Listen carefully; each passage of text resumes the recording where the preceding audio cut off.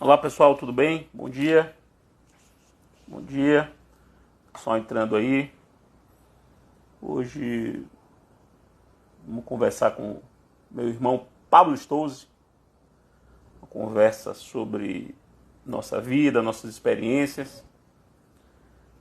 Vamos ver aqui se Pablo entra.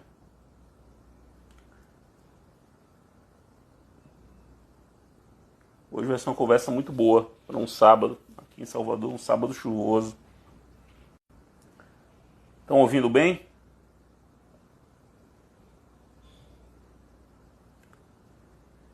Meu amigo Fred Guerra Andrade. Satisfação. Você errou, viu, Fred? A segunda sílaba.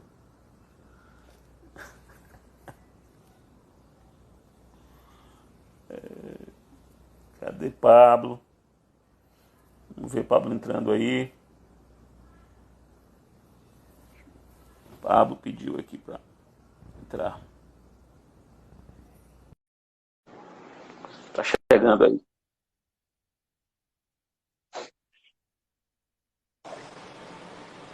Senhor, Ora. e aí, E aí, irmão? meu querido? Ó, em sua Tudo bem? homenagem, minha camisa, ó, Boa, Bob Esponja. meditando. Meditando. Você mandou fazer essa camisa ou encontrou à venda? Não, uma pessoa sabe que eu medito e sabe que eu adoro Bob, e aí fez pra mim. Foi mesmo? Foi. Você merece. O pessoal tá entrando aí, Pablo. É, O para essa nossa civilista, meu conversa. amigo. Essa nossa conversa de um sábado aqui em Salvador chuvoso. E encampando a sua ideia de conversar um pouco sobre as nossas vidas, né? Trocar com o pessoal que está assistindo a gente. Depois a live vai ficar no Stories, depois Pablo acho que consegue. Você consegue o pessoal aí gravar a nossa live, né, Pablo? Aquela Eu sua consigo, cabeça. eu consigo pedir pra gravar quando é no meu perfil. Eu não sei como é que É a funciona no mesma coisa outro. no meu, né? Aí então eu posso pedir. Depois a gente joga aí no, no YouTube, se a gente conseguir gravar. Mas no Stories vai Pronto. ficar. Maravilha. Pablo, eu queria começar essa nossa conversa num ponto imediatamente anterior à nossa entrada na faculdade. Para quem não sabe, eu e o Pablo somos colegas de faculdade. Fizemos vestibular no mesmo ano, em 1993, janeiro de 93.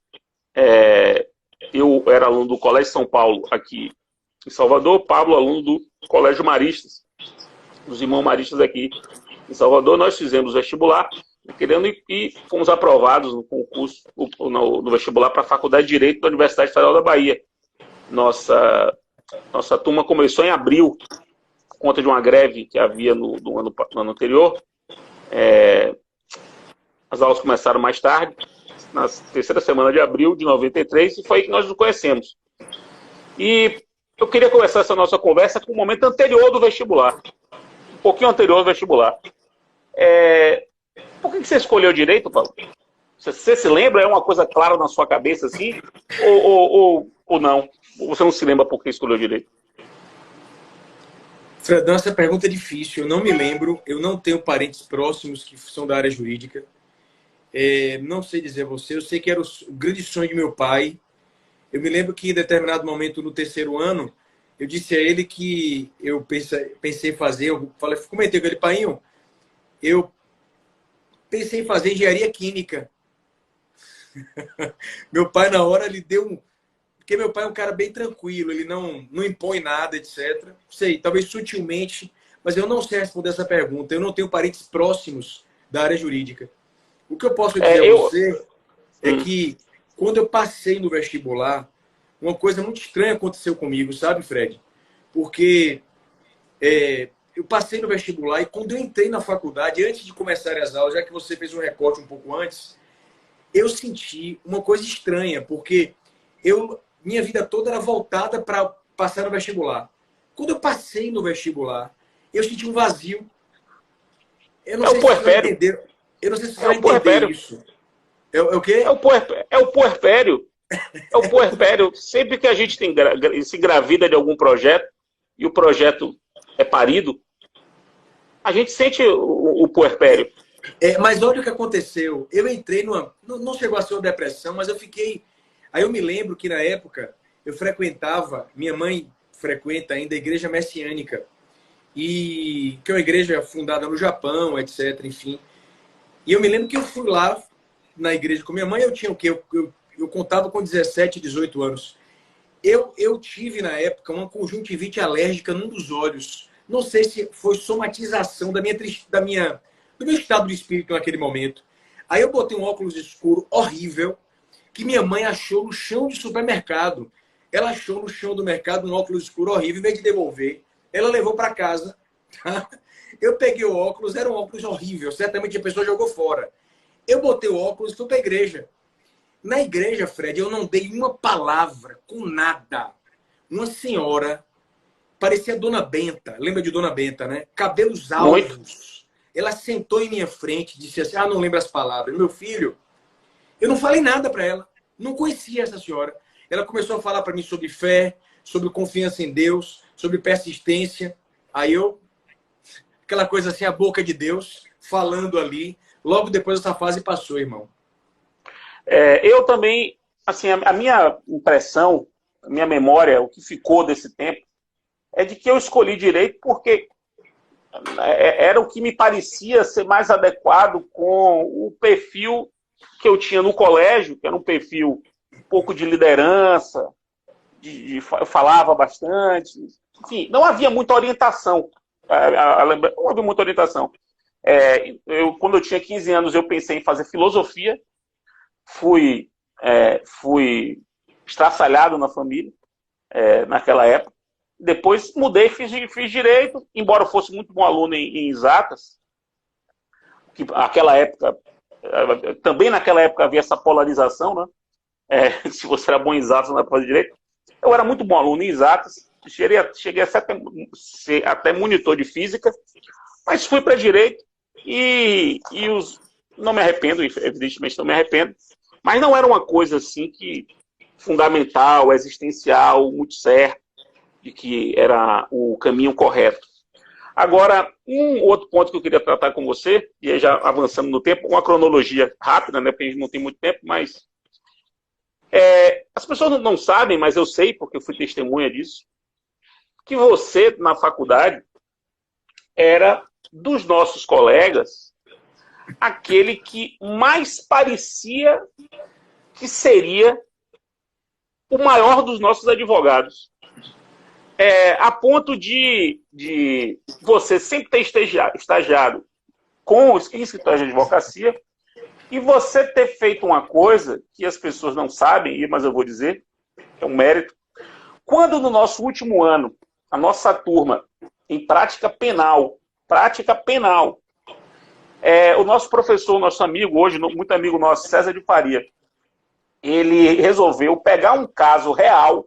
Ele foi ao Tribunal de Justiça, foi ao Tribunal do Júri, pegou um caso de um acusado que não tinha advogado, ele assumiu como advogado, o nosso professor assumiu como advogado, e ele dividiu com a nossa turma a defesa do acusado. Então, uma parte estudava o caso e ajudava na elaboração da defesa, tal.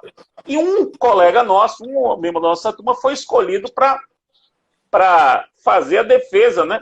Naquela defesa oral feita perante o Tribunal do Júri. São 3 horas de defesa. O professor César de Faria ficou com 2 horas e um colega nosso foi escolhido para fazer a defesa oral. E esse colega foi você. Na qualidade de estagiário, fez uma defesa já mostrando a sua verve de tribuno e de orador dos maiores do Brasil, que você tem até hoje, só fez aperfeiçoar. E a nossa turma ganhou, né? Por 4-3, a gente conseguiu absorver o cara. Então, eu queria dizer que é interessante como as coisas são, né? Você tendo se preparado durante a faculdade e tendo aparecido claramente, pelo menos essa é a minha visão olhando para trás, né? Como um grande advogado, você seria o grande advogado da nossa turma. Advogou durante a faculdade, nesse caso, foi vitorioso, E hoje é um brilhante juiz, um conhecidíssimo juiz, nunca advogou desde que se formou. Você vê como as coisas são, né, meu amigo Pablo?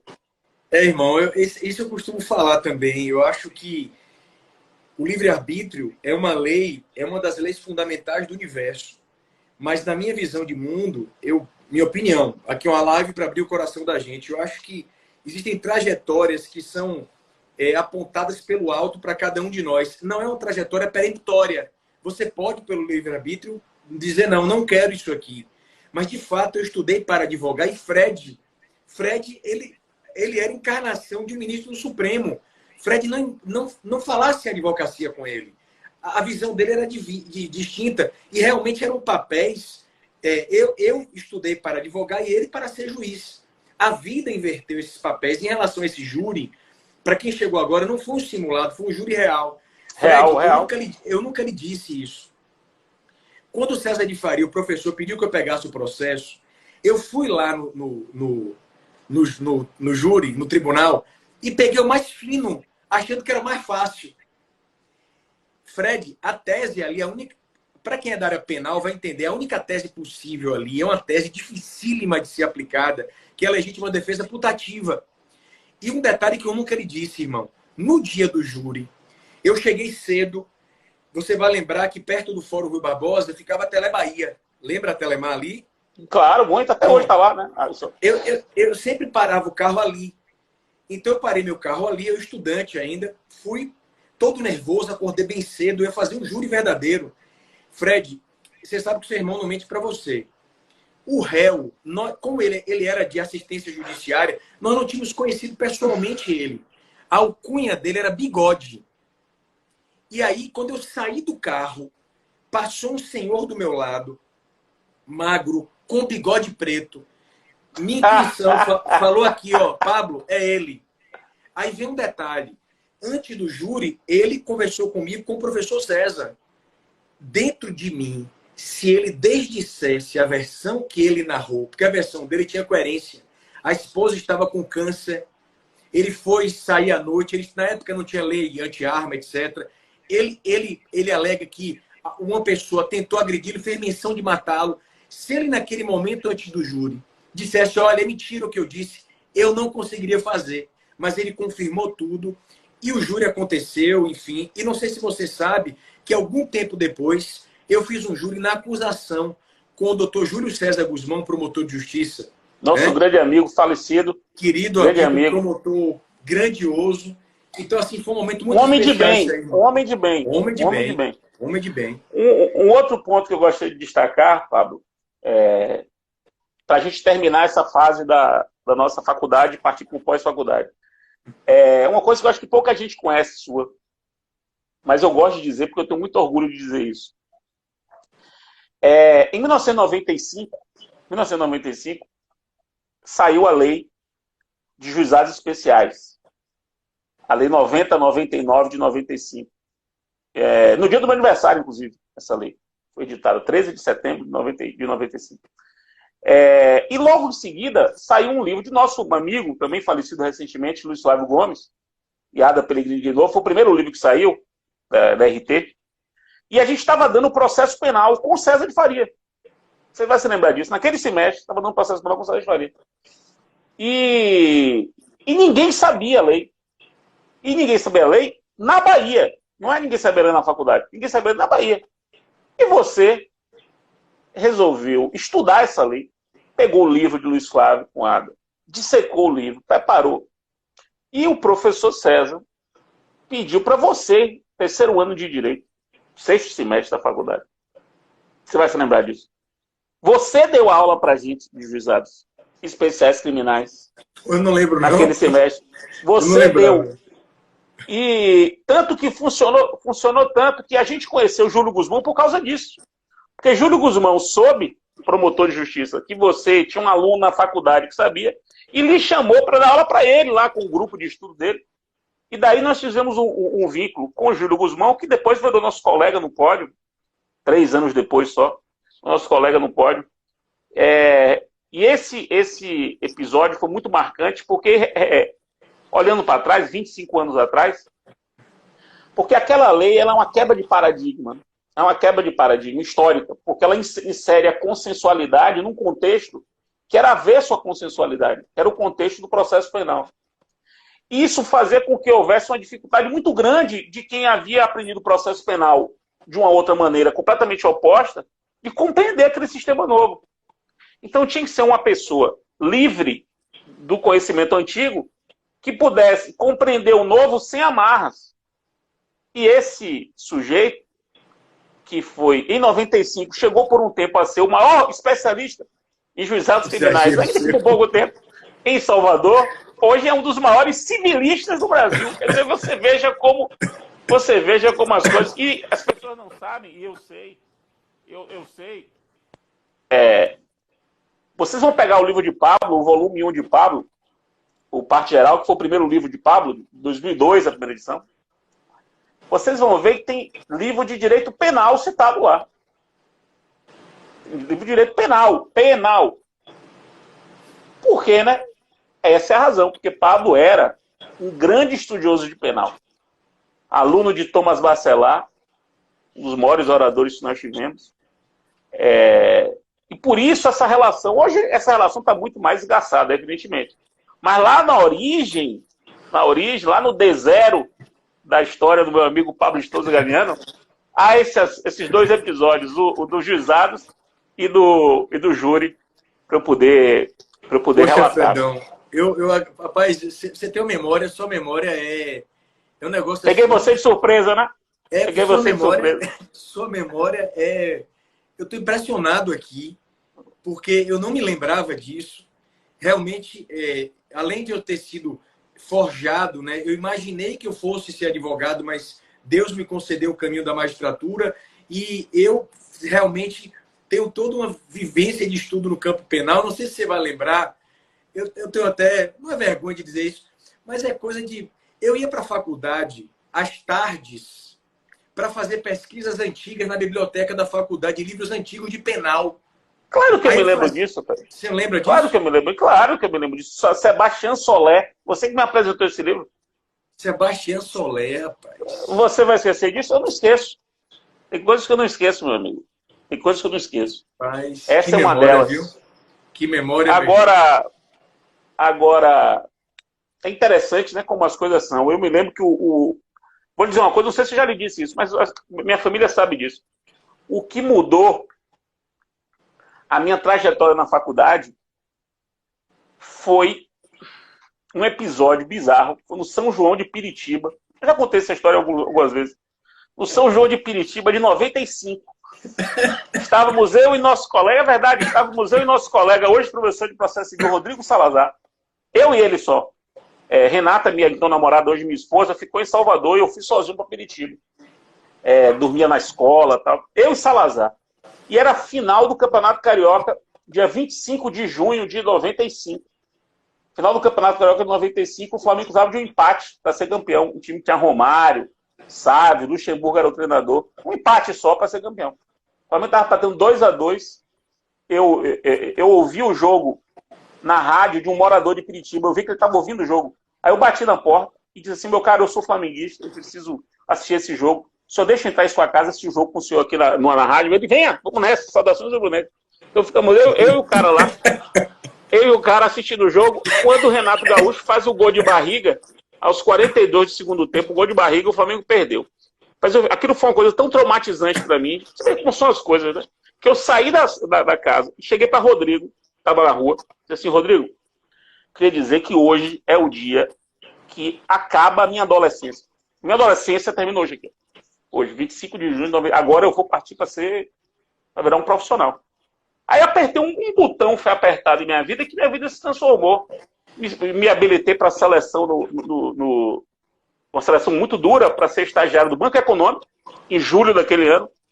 Quando chega dia 11, eu passei na seleção, 11 de agosto, ou 10 de agosto, a segunda-feira dessa semana de agosto, primeiro dia de trabalho meu, no estágio do Banco Econômico, lá no comércio. Chega o dia da batata, tudo fechado. Tudo fechado, não está funcionando. O que foi que aconteceu? Intervenção do Banco Econômico. Foi no dia, a intervenção do Banco Econômico foi no dia do meu primeiro dia de trabalho de estágio do Banco Econômico. E por causa disso eu fui estagiar na Justiça Federal. Eu fui pedir para um pai de um amigo meu, doutor Cândido, então o juiz da Justiça Federal, para estagiar com ele gratuitamente. E aí, a vara virou criminal, eu não tinha nenhum sentido de ficar em vara criminal, eu fui trabalhar com a doutora Neuza Maria Alves da Silva, e aí o resto é história. Então, peraí, eu queria dedicar essa live a Renato Gaúcho, porque graças a Deus e a ele, foi gestado o maior processualista do Brasil. Obrigado, Renato Gaúcho, pelo gol de barriga que você fez. Rapaz, você sabia que meus amigos naquela época diziam que eu era Juscelino Kubitschek às avessas. Porque eu teria envelhecido 50 anos em 5.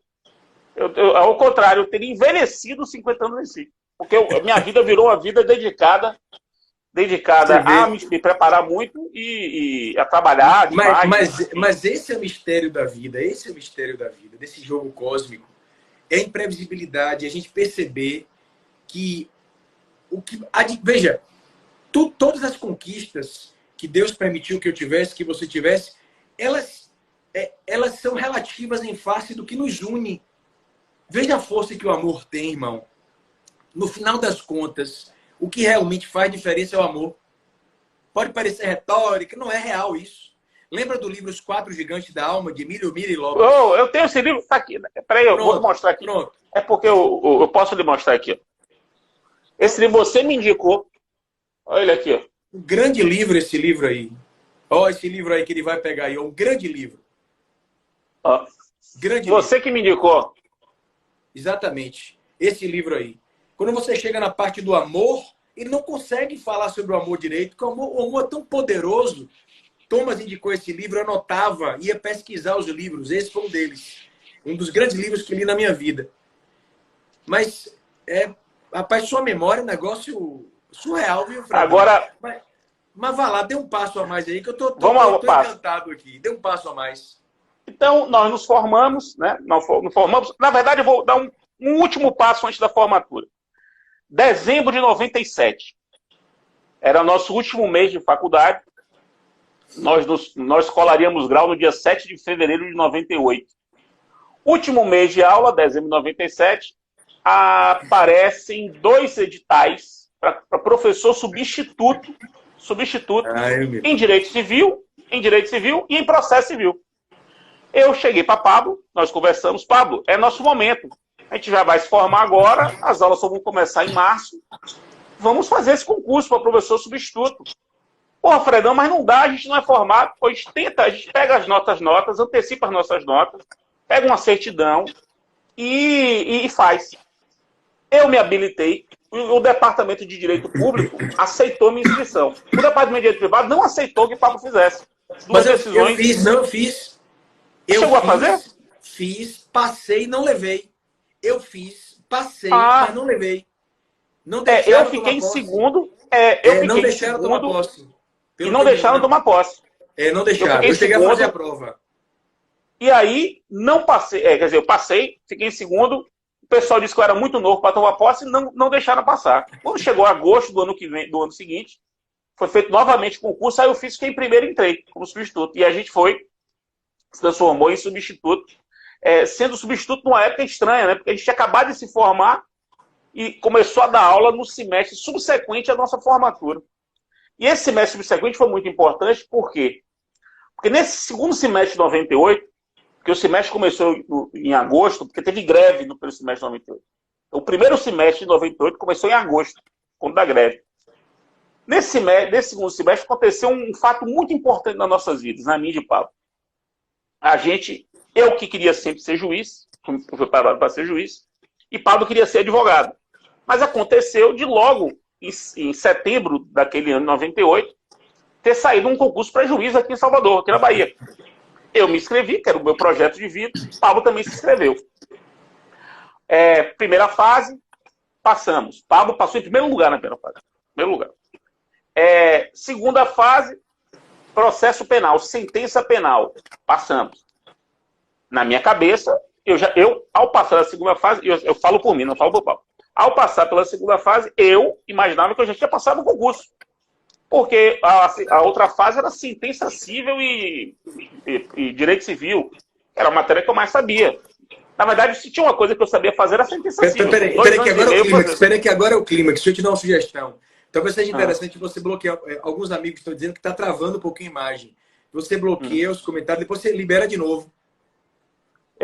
Mas será que vale a pena comentar? Porque a galera fica... eu acho legal também. Então, embora. Eu não sei que deixa aí. Se travar muito, a gente... Em penal, e aí? Aí passamos nós dois, né? Na segunda fase de penal. Fomos para a terceira fase. Eu imaginava que eu já tinha passado. Quando chegou a terceira fase, era uma sentença que envolvia ação exemplo. Ação exemplo. Me lembro perfeitamente. Temos que julgar uma ação exemplo. Perfeitamente. E a prova envolvia discussão sobre pressão e decadência. Pressão e decadência é um assunto que eu particularmente sabia um pouco. Sabe? Eu me considerava um sujeito que sabia um pouco esse assunto.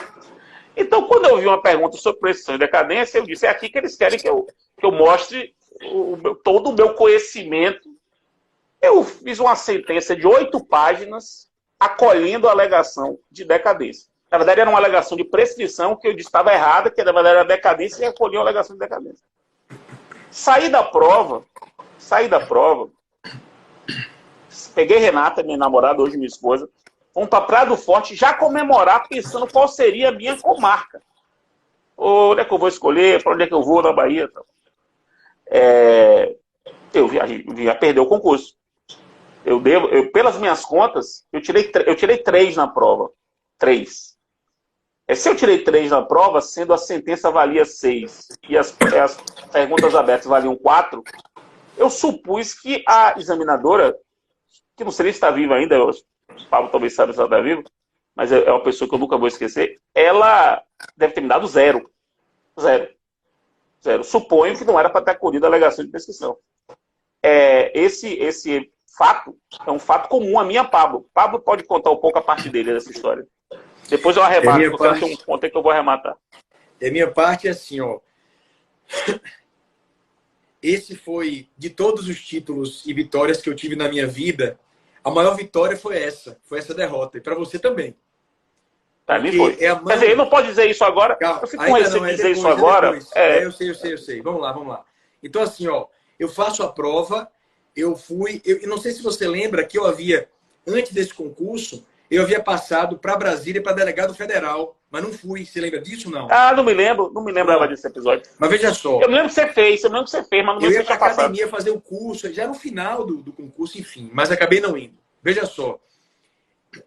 Quando sai o resultado da prova, essa que nós perdemos, que foi a maior vitória para a gente não vai falar sobre isso agora, eu estava na igreja, de novo, a igreja de minha mãe. Era um lugar de muita paz, eu gostava de ir para lá. E aí, Carlos Frederico, nosso amigo, aquela pessoa, aquele gentleman, ele me ligou, arrasado em Pablito. Foi ele que me falou que nós tínhamos perdido. Foi. E aí, mas eu estava lá, viu? Eu estava lá na sessão de recebimento. Eu não fui. Depois eu liguei para você. Veja, nessa época, nós não tínhamos a cultura de recorrer. A gente não tinha essa cultura de recorrer. Não tinha, até porque o concurso era diferente, né? Não era como hoje. Era, né? diferente. Aí, resultado, eu peguei minha prova 1 ou 2 semanas depois. Aí que foi para mim assim, não é o golpe de misericórdia, mas eu peguei minha prova, aliás, ou anotei, enfim. Eu fui a Milton Tavares, o grande professor, que você lembra quem era, lógico. Muito, claro. Civilista de mão cheia. Eu narrei a ele a matéria de direito civil, aliás, ação exemplo. Disse o que eu havia respondido. Ele falou, Pablo, a resposta está certa. Aquilo mexeu tanto comigo, eu estava na rampa da faculdade. Eu podia ter errado a questão, mas assim, foi algo que... O detalhe, Fred, é assim, ó, como eu sempre fui um bom aluno, eu nunca fiz questão de ser melhor do que ninguém, você também. Você sabe como eu sou e eu sei como você é. Você foi o laureado da minha turma, esqueci de dizer, viu? Você foi o laureado da nossa turma. Você não é só um bom aluno, você era o melhor aluno da nossa turma. Você foi o laureado da nossa turma. Isso eu esqueci de dizer, pode ser que as pessoas saibam. Volte aí, continue. Você é uma figura, irmão, olha só. Aí, rapaz, eu fiquei em casa porque as pessoas, eu comecei a sofrer um massacre inverso, porque eu perdi. Gente, eu tinha o direito de perder, mas foi algo tão surreal, sabe? Veja só, tem um livro bíblico, tá? O livro de Jó. Mesmo que a pessoa não tenha... A filosofia que tem ali é muito grande. Então, tem uma parte do livro de Jó e que os amigos de Jó dizem assim, olha, eu nem fui até você porque eu não tinha o que dizer a você. Pelo fato de Jó ter caído na vida, as tragédias, etc. Depois ele é vangloriado, etc. Edivaldo, promotor, Diva, você lembra? Sim, velho Ele Ed. me ligou, eu não estou me comparando a Jó, mas cada um tem a medida do seu sofrimento. Eu sofri muito naquele período. Ele falou, Pablo, eu não te liguei porque eu não sabia o que te dizer. Claro que eu podia perder. As pessoas não me deram o direito de perder o concurso. E aí, para te dar a palavra de novo, o que é que aconteceu comigo? Nessa mesma época, começamos a ensinar um curso que... Foi antes, pô. 6 meses antes. Calma. Eu ia falar no pódio, no curso pódio. 6 meses Tá? antes. A gente começou a ensinar antes. É. E nesse período, saiu o resultado da prova, nós perdemos. 2 ou 3 dias depois, e essa é a minha maior alegria, Fred, tá? Porque eu disse assim, não, eu quero ser juiz. Eu abri o edital de novo, uma lágrima caiu no edital, eu olhei para cima e disse, pai, a minha hora não é essa. Eu sei que não é essa a minha hora. Sabe aquilo? Eu não me revoltei por dentro. E para mim, minha maior conquista foi essa. Eu não ter me revoltado, mesmo sabendo que o professor Milton falou, o maior civilista, um dos maiores do estado, Pablo, sua resposta estava certa, você devia ter passado. Eu não me revoltei, disse não. Abri o edital, a lágrima caiu e eu voltei a estudar 2 dias depois. Aí eu vou te dar a palavra de novo para as pessoas entenderem o que aconteceu com a gente a partir daí. Porque se eu tivesse passado nesse concurso, eu não estava lecionando no LFG. Porque o Luiz Flávio ele entra agora. Vou te dar a palavra de novo. Isso foi em fevereiro de 99. Eu e Pablo começamos a dar aula no pódio, curso aqui, em junho de 98. Nós éramos recém-formados. Eu fui convidado à aula de civil, dei uma aula de civil, sobre união estável. O pessoal gostou de mim e queria me colocar como professor permanente. Eu disse que só daria aula de processo civil e indiquei Pablo para dar aula de civil. E aí Pablo foi professor do pódio já em 98. Só que no segundo semestre de 98... Sabe qual foi o tema que me deram? E graças a Deus amaram minha inovação, meu irmão. Um tema miserável. Me deram inovação. Primeira aula minha, inovação. Quando o segundo semestre de 98 não teve curso do pódio, começaria em março de 98 o curso do pódio. Logo depois da gente ter perdido. Eu e o Pablo conversamos muito depois da nossa derrota, e eu precisava dar aula no pódio até para ganhar dinheiro, porque minha remuneração era só de professor substituto na UFBA. Nós já éramos R$660 que a gente ganhava, a prestação do meu carro era 627. Então eu pagava o meu carro com a prestação com o dinheiro da UFBA. Então eu tinha que dar aula no pódio para poder ter um mínimo de renda. E aí, mas Paulo chegou para mim e disse assim, Fred, eu não vou dar aula nesse semestre, eu vou me preservar. Eu agora quero me concentrar, porque já abriu um concurso novo, o Paulo falou aí. Em abril, já abriria o concurso novo de juiz, que ele iria fazer. Foi aprovado em primeiro lugar, só para terminar essa história. Abril, veio o concurso, Paulo fez, terminou em 2000, ele foi aprovado em primeiro lugar.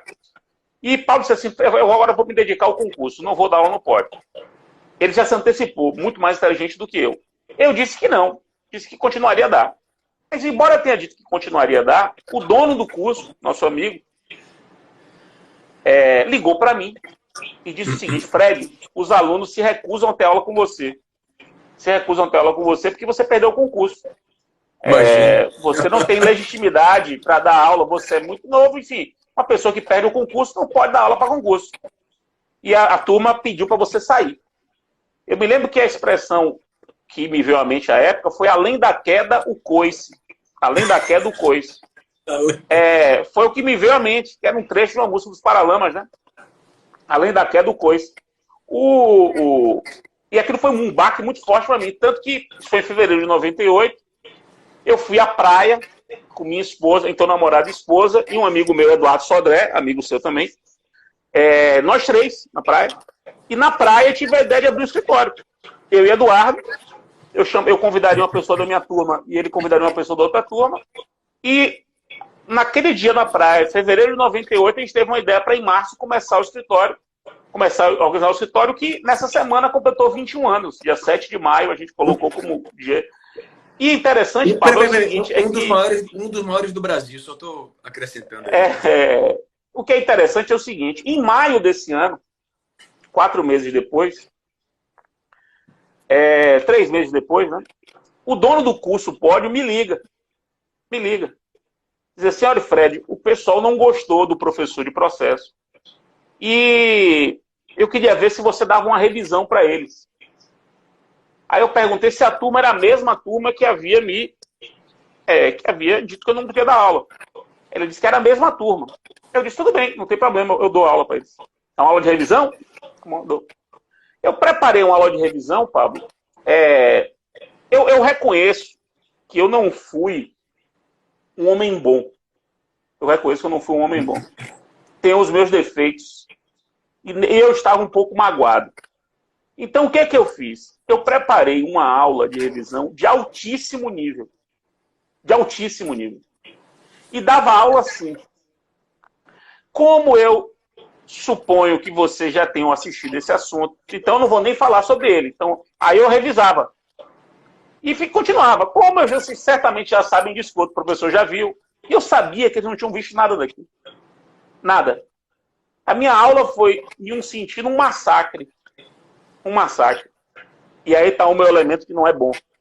Era o meu jeito de, entre aspas, me vingar e exercer a minha perfídia. Era dar uma grande aula para eles. A aula foi tão chocante que a turma veio me procurar depois da aula pedindo para que eu desse uma outra. A própria turma. Aí eu disse, não, ótimo. Dou a próxima. Com as 2 aulas muito exitosas, o dono do curso veio me procurar perguntando se eu queria assumir a turma para o semestre que vem, então o segundo semestre de 99. E eu assumi, eu disse que assumiria desde que desse esse ou aquele assunto e ganhasse tanto por aula. Na época era R$400 que a gente ganhava por turno. Por turno. Então você dava de manhã, R$400, de noite, R$400. E essa era uma renda muito boa para a gente naquela época. Depois que você passou no concurso, você assumiu também a matéria, já em 2000. E de 2000, e de 99 até 2002, período em que o curso Pódio se transformou num case de sucesso nacional, com uma geração de professores como nós dois, como Cristiano, como Dirley, como Júlio Guzmão, como Robério, pessoas assim de altíssimo nível, né? Altíssimo, impressionante, uma geração realmente de altíssimo nível, que não só eram bons juristas, mas também muito bons professores, eram bons de aula. A gente ficou tão assim conhecido que professores de fora começaram a vir para cá.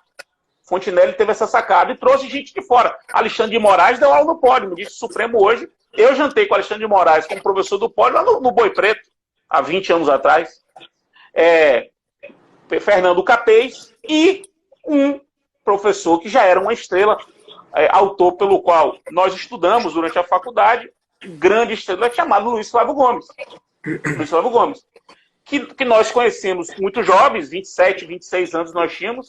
Luiz Flávio Gomes, um ícone do Brasil, dando aula no Pódio, ele nos conheceu ali muito jovens. E aí, em maio de 2002, essa história é uma história muito, muito, muito forte pra gente. Porque em maio de 2002, Luiz Flávio me liga para você, diz que quer vir à Bahia para conversar pessoalmente conosco, que ele tinha um projeto de fazer um telecurso jurídico, que foi como a gente se referiu àquela época, telecurso jurídico. Antes de você falar do LFG, duas coisas. A primeira, nesse ano que nós perdemos e que eu fiquei em Salvador por conta disso, você veja como a mão divina é grandiosa. Por conta de eu haver perdido, surge Luiz Flávio, nós nos aproximamos dele, e você vai falar agora, ele não começa logo com o LFG, ele nos, entre aspas, nos testa. Nós viajamos com ele para alguma cidade do Brasil, dando aula. Manaus, isso foi em 2002. Manaus. Pois é. Isso foi em 2002. Ao lado disso, neste ano, abriu o concurso para a Universidade Federal, que era um sonho nosso. E foi nesse ano que eu fiz esse concurso. eu estava muito sofrido pelo concurso do tribunal, e se eu tivesse passado no primeiro concurso, eu não faria para professor da Universidade Federal. E um concurso dificílimo, porque doutores poderiam fazer, mestres poderiam fazer, era porteiro aberto o concurso. E nesse concurso, eu sempre abro um parêntese, lembrando que um dia antes da prova, uma prova que você sabe que você fez e passou no concurso, uma prova que dura 8 horas, a duração dela, é massacrante a própria Massacrante. Massacrante.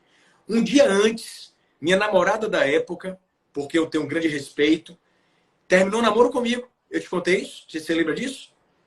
Como era o nome dela mesmo? Não, nomes não importam. Nomes, não importa. Nomes, é porque eu não posso falar. Não fale, não fique na sua cabeça. É melhor não falar. Você vai lembrar quem é, você sabe quem é. Tá no seu cerebelo, tá? Eu tenho muito respeito por ela, mas era direito dela. Ela acabou o namoro 2 ou 3 dias antes, né? Carlos Frederico Guerra Andrade. E eu fiquei tão arrasado com isso. Eu não tive condição. Na noite anterior, Fred, a prova da Universidade Federal, eu estava no G4 do Shopping Barra. Você lembra do G4 do Shopping Barra? Pronto. Eu liguei para uma pessoa espiritualmente muito evoluída. Eu liguei chorando, dizendo: eu não vou fazer a prova. Eu não tenho condição. Minha namorada acabou comigo. Eu chorava. Veja, tomei a pancada do concurso, agora vem a pancada do coração, né? Depois daqui é do coice.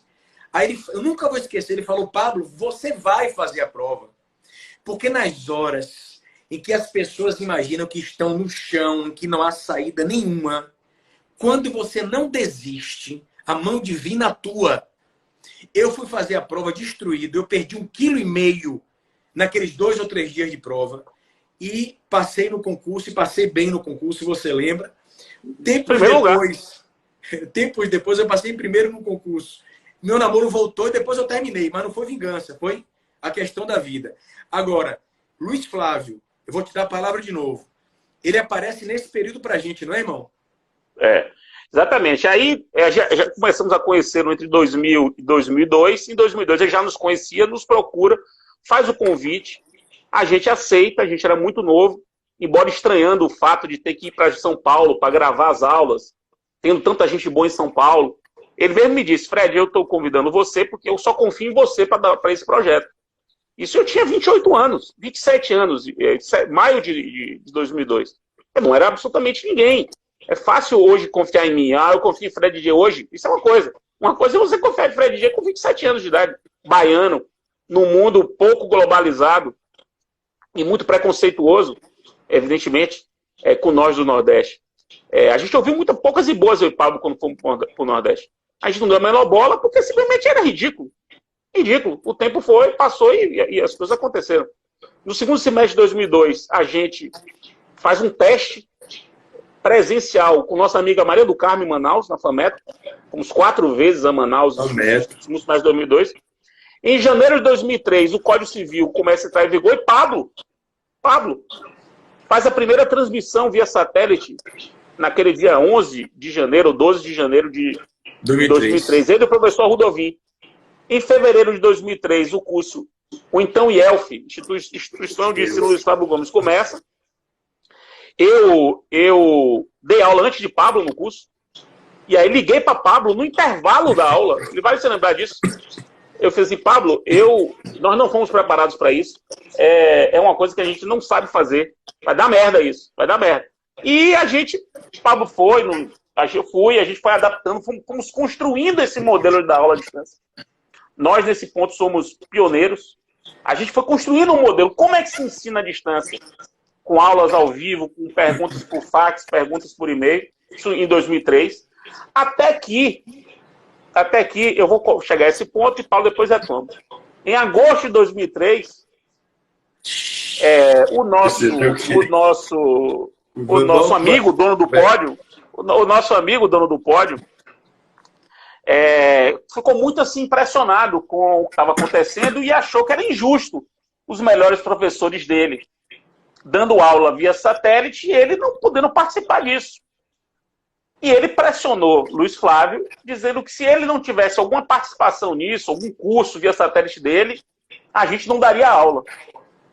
E nós então já éramos em agosto de 2013, os principais professores do curso. A gente acabou funcionando no curso. Muitas pessoas saíram, mas a gente foi ficando. E eu e Pablo começamos a nos destacar muito fortemente. Só que esse nosso amigo dono do curso, ele não combinou isso conosco. Ele simplesmente fez, sem combinar conosco. Luiz Flávio nos procurou, dizendo, Fred, claro, isso é claramente uma bravata, né? Óbvio que você vai ficar comigo, você vai deixar de dar aula para o Brasil. E foi procurar a minha, Pablo, e nós dois também sem combinar, nós dois simplesmente dizendo o seguinte, nós não podemos abandonar nosso amigo da Bahia, nosso querido Francisco Continelli. Ele nos apostou na gente quando a gente não estava lá, não sei o que, não pode. Então se resolva com ele, se você não se resolver, a gente não pode dar aula.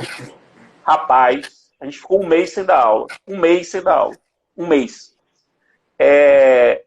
Nesse um mês, a gente recebeu cartas, e-mails gigantescos. Pablo chorou, vou dizer isso aqui publicamente, chorou uma vez, me tirou, a gente estava fazendo um congresso, ele me tirou, me levou para trás da coxia, disse assim, Fred, eu acabei de receber aqui, e começou a chorar. Era uma carta de uma aluna, salvo engano, do Paraná. Era um aluno do Paraná. Um aluno do Paraná. Rapaz, um negócio assim emocionante. E a gente começou a perceber que o negócio era muito importante.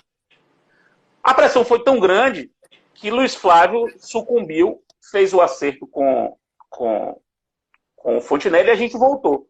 E essa volta, que se deu em setembro de 2003, evidentemente mudou a minha vida e a de Pablo. Nós nos transformamos desde então. Sim, nós ajudamos a construir esse sistema e realmente...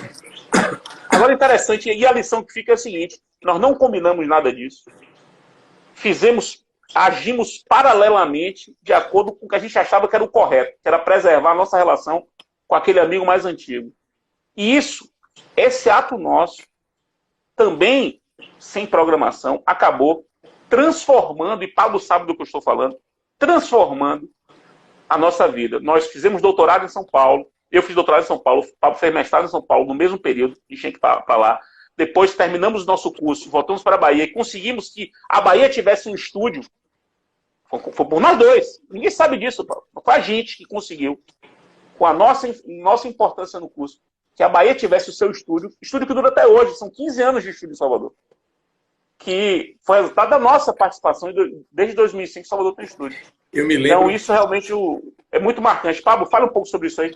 Eu me lembro que quando a gente saiu do LFG, as cartas que eu recebia, e é verdade isso, essa carta que eu recebi desse aluno, porque quando a gente sai, os alunos não sabiam o motivo da nossa saída. Então ficou parecendo que a gente foi, tipo assim, gente, um abraço e...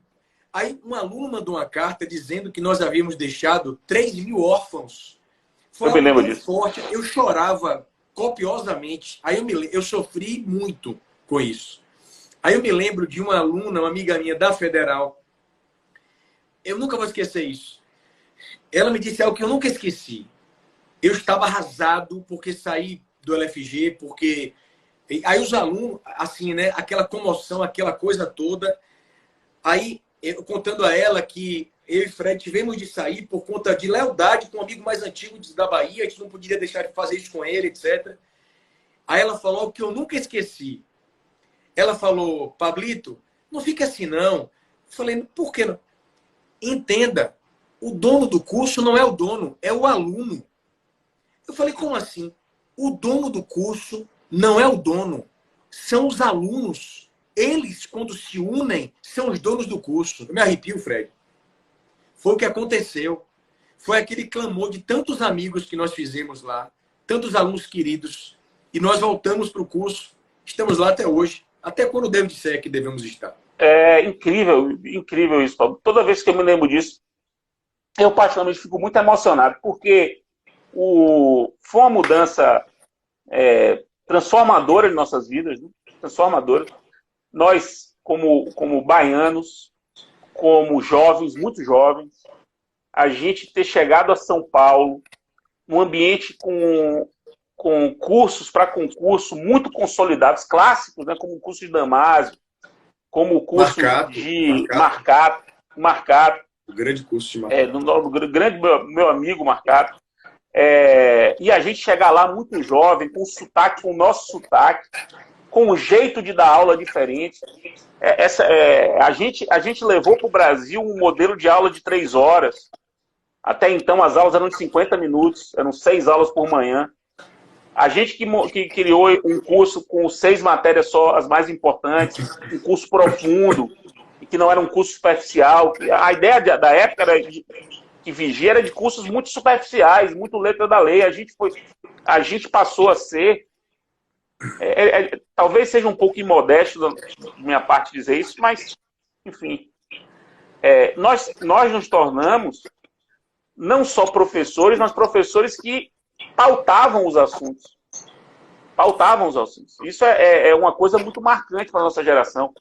E tivemos colegas muito bons ao nosso lado, né? Uma geração da nossa idade de um nível muito alto. Eu tenho muito orgulho disso. Muito orgulho disso. E você vê como são as coisas, né? Se eu sou hoje um bom professor, não falo como advogado, não falo como processualista. Se eu sou um bom professor, se eu consigo expor bem, as pessoas conseguem entender, eu devo muito a essa escola. Há uma escola de aulas online para 10 mil pessoas de vários lugares distintos, em que você tinha de compreender e se expressar de modo que pessoas com formações distintas, com perspectivas distintas de vida, pudessem ter a mesma compreensão do problema. Quer dizer, você tem de falar para todo mundo, tem de ser compreendido e tem que respeitar a inteligência das pessoas. Quer dizer, não pode nivelar por baixo, você tem que levá-las consigo. Pô, isso é um negócio do qual eu tenho muito orgulho. E assim, muito ao orgulho. lado desses paradigmas que tivemos de quebrar realmente, é verdade, isso infelizmente é verdade, do que a gente até venceu de preconceito. Eu registro aqui o imenso amor que recebemos dos nossos alunos de São Paulo e do Brasil. Eu não tenho como agradecer o amor que eu recebi dos paulistas, dos cariocas, dos paraenses, dos paranaenses, do Brasil todo. A gente não tem como agradecer. Temos que registrar Santa Catarina, viu, Pablo? Por conta daquele evento de 2004, marcante. Porque ali foi um momento que a gente percebeu isso muito claramente. A gente voltou no avião falando sobre isso. É algo assim muito forte. Então, assim, eu pego tudo isso, coloco aos pés de Deus, tá? Em gratidão profunda por tudo. Da aula para a câmera, foi o que o Fred falou, que ele sofreu no início, eu também, porque nós estávamos acostumados com as salas cheias, com a sinestesia. Mas naquela câmera ali, em vez de 300 numa sala, havia 10 mil pessoas. E eu comecei a perceber que dentro da lente havia uma luzinha, sabe? Então, assim, são vidas. Eu agradeço muito. Minha forma, Fred, é assim, ó. Você sabe que ao longo desses anos, mesmo dando a mesma aula várias vezes, eu reviso ela, eu cuido dela, eu pego a jurisprudência. Minha esposa até brinca comigo em relação a isso. Mas, enfim, eu agradeço também. Eu acho que nós fomos forjados num cadinho, tá? Numa forja, digamos assim, em que houve sofrimento, em que houve alegria, em que houve sabedoria. Hoje, graças a Deus, conseguimos chegar a um ponto, graças a toda essa luta, irmão. A toda essa luta. Então, realmente, quem imaginou, olha, Pablo, Fred, nós lutamos, sofremos, choramos. Não foi fácil pra gente. Momentos de dificuldade que a gente enfrentou. Então, faz parte da vida isso, né, irmão? Muito. E eu queria, não sei se muitos de vocês já assistiram, há um brilhante filme, seguramente um dos 10 grandes filmes que eu assisti na minha vida, que é um filme da Pixar, chamado Inside Out. Em português ficou uma tradução, uma brincadeirinha, divertidamente. Separado, divertidamente. Pode. Nesse filme que é brilhante, é simplesmente genial, é uma obra-prima da inteligência humana. Há um momento em que as emoções humanas são representadas por cores. Por cores. Então, você tem a cor da alegria, a cor da tristeza, a cor da raiva, a cor do medo e a cor do nojo. E chega um determinado momento que a menina que iria se expressar e cujos sentimentos a gente observa, são os sentimentos dela, os personagens principais do filme são os sentimentos da menina, a alegria iria mandar uma esfera amarela, porque seria o sentimento de alegria que ela estaria expondo. Então a esfera amarela, representante da alegria, sairia pela menina. quando a tristeza chega para a alegria e bota a mão em cima da esfera. Então, a mão da alegria estava na esfera e a esfera seria amarela, a tristeza vem e coloca a mão e a esfera muda de cor e o azul da tristeza... Não é para azul. O azul da tristeza se mistura com o amarelo e vira um verde. Sim. É um verde. E a sensação sai porque ela queria manifestar uma alegria, mas a alegria ela só tinha aquela dimensão porque ela passou por momentos de tristeza que deram àquela sensação, aquele momento, um sentido todo especial. Se hoje, e por isso essa mistura, né?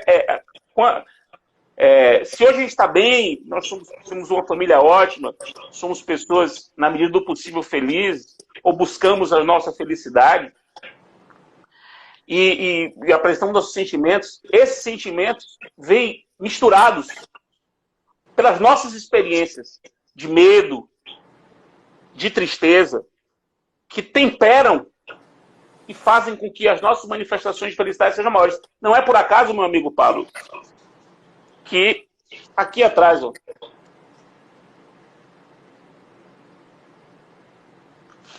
para quem assistiu sabe do que eu estou falando. Isso não é montagem, isso aqui não é um cenário que eu coloquei hoje.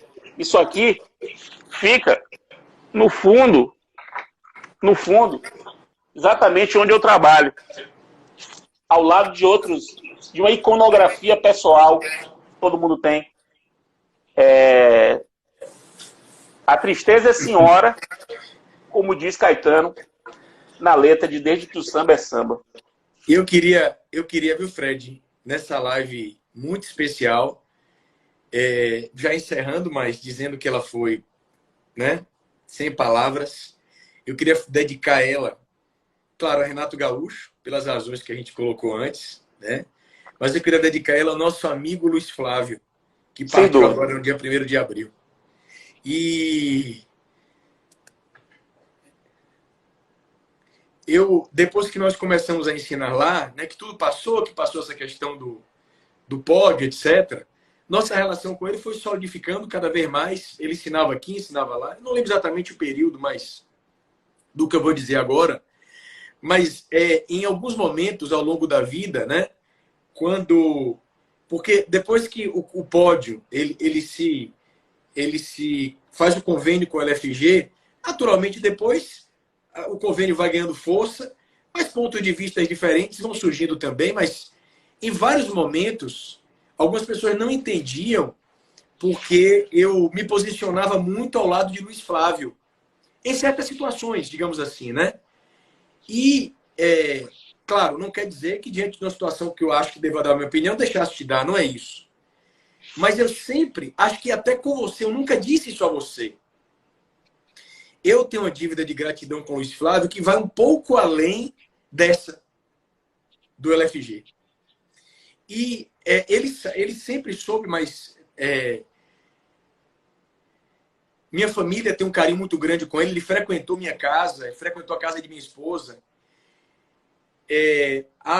Foi do seu casamento, né? Meu casamento, ele se tornou uma pessoa muito próxima. E meu pai, há muitos anos, ele teve um problema num processo. Eu não vou dizer o que é, não venho.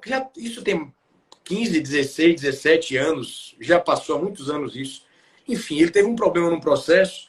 Eu era estudante ainda quando começou, e isso me preocupava muito. E eu sofria com isso. Enfim, eu era um filho mais sensível, não sei se é porque é ser primogênito, não sei se tem a ver isso. E depois que o processo caminhou, a situação colocada lá, ela não dava para modificar. Meu pai sofreria um efeito por conta daquele processo, né? E algo muito sério na vida dele. E, assim, eu ficava, meu Deus... Falta 28 segundos, Paulo. 28 segundos. Mas eu preciso falar 25 isso. segundos. Mas vai encerrar? Vai cortar?